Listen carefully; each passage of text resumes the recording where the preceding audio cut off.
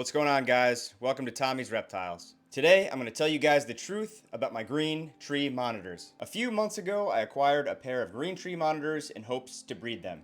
I got them from the same place that I got my Quince monitor Walter from, and with Walter I had a great experience, so I expected the same with these green tree monitors. So I picked up my green tree monitors. I was so excited about it. I've pretty much been waiting my entire life for these things, and they told me they've been eating great and they're healthy and doing well and all that. So I brought them home and released them into their enclosure that I spent so much time building. It was bioactive, had all kinds of cool plants and climbs and hides, and I let them settle in. And right off the bat, I noticed that one of the two green tree monitors, the female, was not doing too well. So I created her own personal enclosure just to let her settle in and get more comfortable, and still no luck.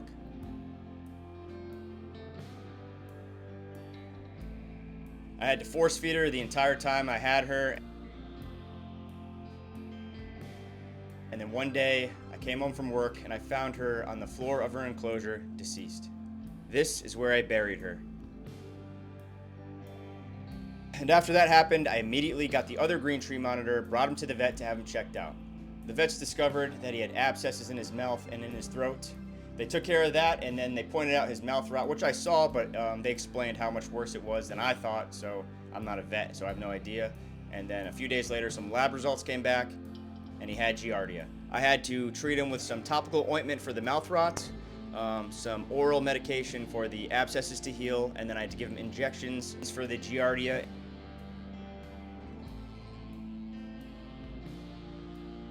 And after all that, he stopped eating because he used to eat on his own, and then I had to start force feeding him for quite some time. And then luckily, last week he started eating on his own and acting more normal, so I'm thrilled and excited that I might have at least one green tree monitor survive and be super healthy.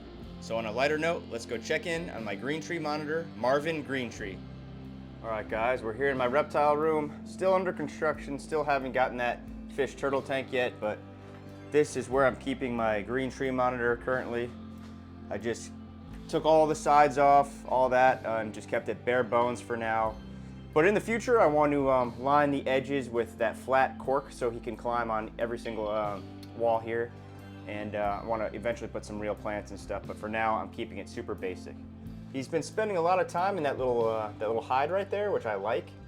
And hopefully we can get him to come out, but I'm going to change his water real quick.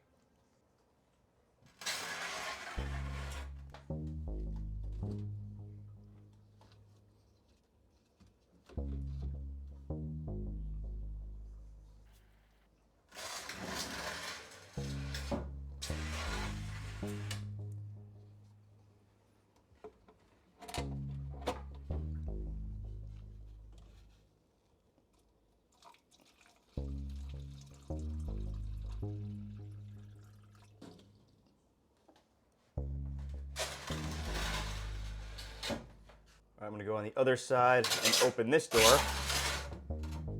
And I'm going to turn the light on and see if he's in that little hide. And then we'll give his enclosure a spray down and hopefully he comes out.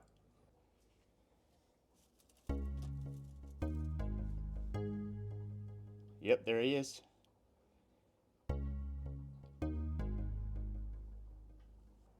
There he is. You can see his mouth rot is much improved. He's still definitely scared of me, so I don't want to scare him. It's wishful thinking, but I'm going to try to see if I can tongue feed him on video. That would be awesome. He used to do this back in the day. I'm going to offer him a little frozen thawed Pinky Mouse. I doubt he's going to take it. I'm probably just going to have to leave it in here. Yeah, he's scared. Let's see. He's not tongue flicking, but maybe, just maybe, he'll eat this. Come on, bud. Come on.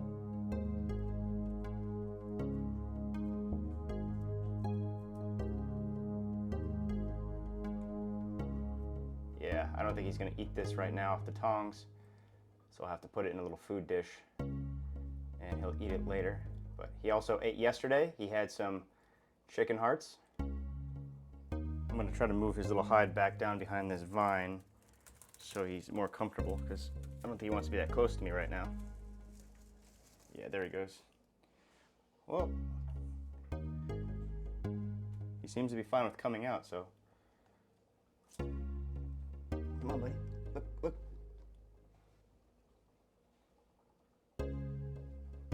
Well, he's not going to tongue feed. That's okay, though. But I'll show you guys a closer look at him. His color is still looking phenomenal.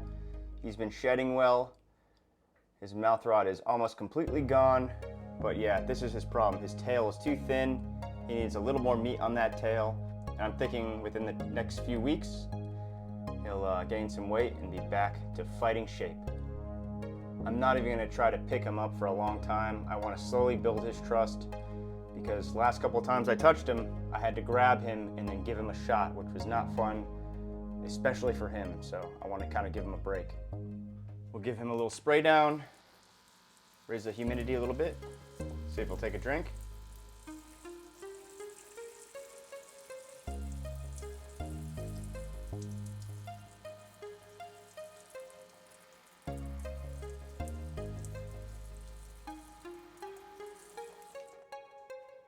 All right, so I'm back on this side.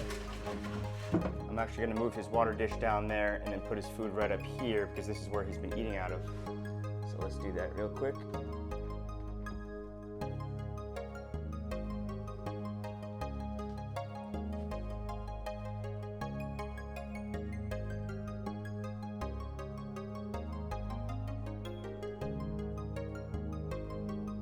Here's his pinky.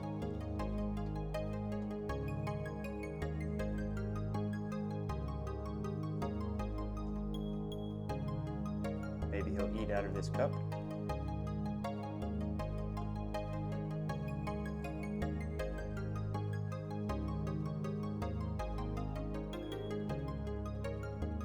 He's smelling it.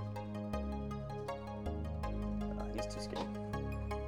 It's okay. We'll put it back here and leave him alone. And next time I check in, I'm sure it will be gone. All right, let's leave him alone so he can get something to eat. Thank you for watching Tommy's Reptiles.